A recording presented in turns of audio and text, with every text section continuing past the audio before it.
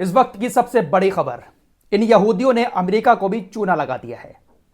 पूरे न्यूयॉर्क के अंदर इस वक्त हाहाकार मचा हुआ है। अमेरिकी पुलिस यहूदियों की धरपकड़ में लगी हुई है। एकदम लेटेस्ट और फ्रेश रिपोर्ट आपके सामने लेकर आया हूं। इसको ज्यादा से ज्यादा शेयर करना, और अगर चैनल पर पहली बार आए हैं, सब्सक्राइब नहीं किया है तो सब्सक्राइब करके हमारे साथ जुड़ सकते हैं। दोस्तों, इजराइल डिफेंस फोर्सेस गाजा के अंदर कितने टाइम से पड़ी हुई है और लगातार कोई ना कोई उल्टी सीधी सुरंगों को दिखाकर कहती है कि देखिए हमने हमास की कितनी बड़ी टनल को पकड़ा है। कभी दावा करती है कि हमने हॉस्पिटल के नीचे सुरंग को खोज निकाला, कभी दावा करती है इजराइल की फोर्स कि हमने स्कूल कॉलेज के नीचे हमास की सुरंग को खोज निकाला। लेकिन निकलता क्या है आप सब लोग जानते हैं। अभी तक कोई भी ऐसा पुख्ता सबूत किसी को नहीं मिल पाया है कि हमास ने हॉस्पिटल के नीचे अपनी सुरंगों को बनाया है, स्कूल कॉलेज के नीचे अपनी सुरंगों को बनाया है। लेकिन ये लोग दुनिया में झूठा प्रोपेगेंडा फैलाते हैं। आज एक बहुत बड़ा कांड इन लोगों ने अमेरिका के अंदर कर दिया है। जैसे ये लोग खुद हैं वैसा ही दूसरों को भी समझते हैं। दोस्तों, इनके जो आराधनालय होते हैं जहां पर ये लोग बैठकर प्रेयर वगैरह करते हैं, तो न्यूयॉर्क के अंदर भी इनके कई सारे आराधनालय हैं। एक आराधनालय में इनके गुप्त सुरंगें निकली हैं, और ये सुरंगें ऐसी हैं जो अवैध तरह से बनाई गई हैं। आराधनालय के अंदर इन्होंने रातों रात अवैध तरीके से, इलीगल तरीके से खुदाई करके अंडरग्राउंड सुरंगें बना ली, और उन सुरंगों का इस्तेमाल ये अवैध कामों में कर रहे थे, इलीगल कामों में। सुरंगों को बनाने के बाद इन्होंने आराधनालय की दीवारों को अंदर से ऐसा डेकोरेट कर लिया कि किसी को शक भी नहीं हो रहा था कि इसके पीछे कोई सुरंग भी बनी हुई है। और इन सुरंगों में जाने का जो रास्ता है वो इन लोगों ने आराधनालय की जो बाहरी दीवार है, जो रोड की साइड होती है, उस साइड बनाया था। जैसे गटर का ढक्कन रखा हुआ होता है, इसी तरह का एक जाल इन्होंने रोड पर बनाया, और उसके ऊपर एक रेड बॉक्स रख दिया, कचरे का बॉक्स। उस बॉक्स के नीचे गटर के होल की तरह एक होल था, उसी के जरिए ये लोग टनल के अंदर जाते थे। फिलहाल किसी ने पुलिस को इन्फॉर्म किया।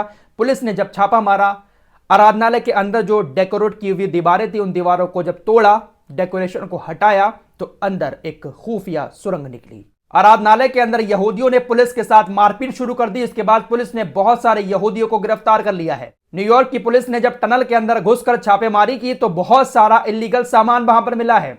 बहुत सारे बेड के गद्दे निकले हैं, और बेड के गद्दे सने हुए हैं।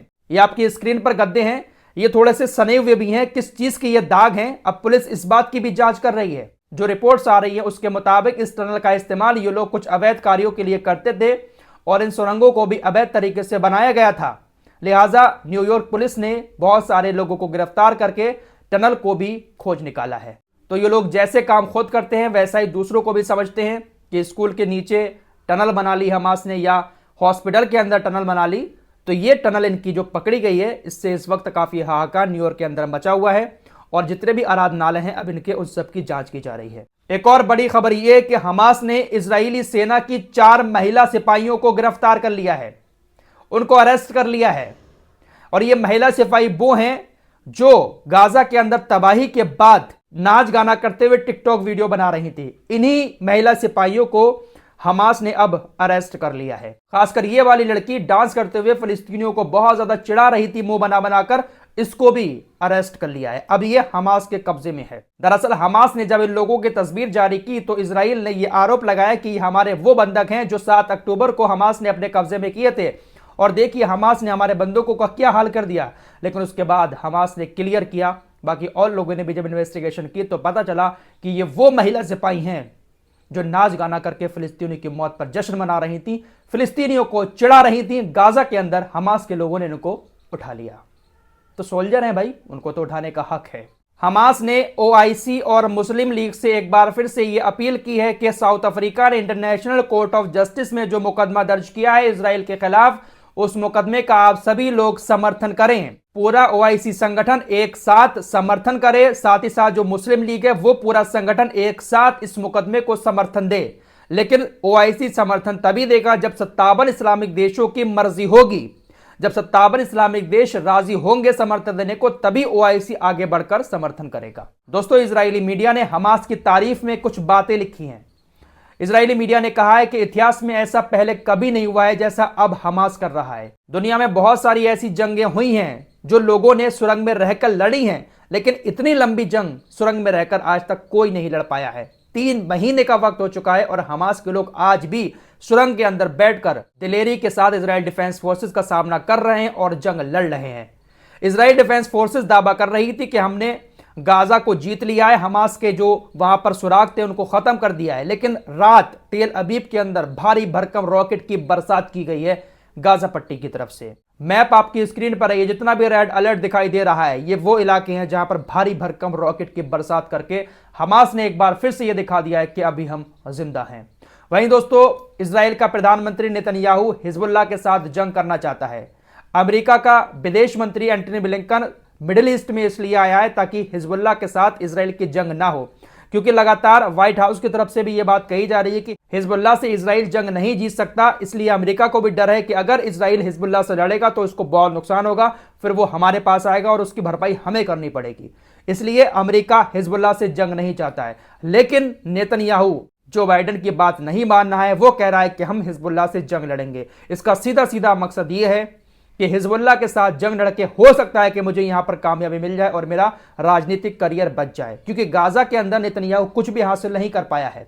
इसको अपना राजनीतिक करियर अगर बचाना है तो इसको कोई ना कोई जीत हासिल करनी पड़ेगी। इजराइल डिफेंस फोर्सेस का डिफेंस मिनिस्टर योब गैलेंट भी यह बात कह चुका है कि अगर हम जीत हासिल नहीं कर पाए तो हम यहां पर नहीं रह पाएंगे। तो इसी के चलते हुए इजराइल का प्रधानमंत्री हिजबुल्लाह के साथ जंग लड़ना चाहता है। लेकिन अमेरिका को पता है कि हिजबुल्लाह से ये कभी नहीं जीत सकता। दोस्तों, इजराइल के प्रधानमंत्री नेतन्याहू ने यूएई के राष्ट्रपति से कहा कि आप जो वेस्ट बैंक है इजरायली कब्जे वाला, वहां पर जो मजदूर वगैरह हैं उनको बेरोजगारी भत्ता दें। वेस्ट बैंक के अंदर जो कब्जा कर रखा है इजराइल ने, उस कब्जे वाले एरिया को लेकर कहा कि यहां पर जो बेरोजगार हैं उनको आप बेरोजगारी भत्ता दें, आप उनकी मदद करें सामने आकर। इस पर यूएई ने कहा कि आपको अगर पैसे चाहिए हैं, मदद चाहिए, तो आप ज़ेलेंस्की से मांगें, यूक्रेन के राष्ट्रपति से। हम आपकी मदद नहीं कर सकते, हम वहां के लोगों को बेरोजगारी भत्ता नहीं दे सकते। और ये बेरोजगारी भत्ता जो फिलिस्तीन के वहां पर मजदूर हैं वेस्ट बैंक के अंदर, उनके लिए बेंजामिन नेतन्याहू यूएई से मांग रहा था। वैसे इजरायली सरकार ही इन लोगों को बेरोजगारी भत्ता वगैरह देती थी, क्योंकि वेस्ट बैंक जो कब्जे में है इजराइल के, वहां पर इजराइल की सरकार चलती है। लेकिन इजराइल के अंदर अब पैसा खत्म हो चुका है, तो उसने यूएई से मांग की कि भाई आप इन फिलिस्तीनियों को पैसा दें। यूएई के राष्ट्रपति ने कह दिया कि आप ज़ेलेंस्की से मांगे, यूक्रेन वाले राष्ट्रपति से। दोस्तों, चलते चलते खबर आपको और बताना चाहता हूं। आपकी स्क्रीन पर ये नेता, इसको आप जानते होंगे, इस्लाम विरोधी डच नेता क्रिक वाइल्डर्स, नीदरलैंड का प्रधानमंत्री बनने की होड़ में है। ये अभी तक प्रधानमंत्री नहीं बना है। इसने एक बयान दिया था कि अगर मैं नीदरलैंड का प्रधानमंत्री बन जाता हूं तो यहां पर मस्जिद, कुरान और बुरके पर पूरी तरह से पाबंदी लगा दूंगा। लेकिन इसने अपने इस बयान को अब वापस ले लिया है।